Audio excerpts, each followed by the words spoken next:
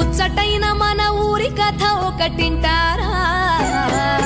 అచ్చమైన పచ్చ పల్లె తీరునే కంటారా ముచ్చటైన మన ఊరి కథ ఒకటింటారా అచ్చమైన పచ్చ పల్లె తీరునే కంటారా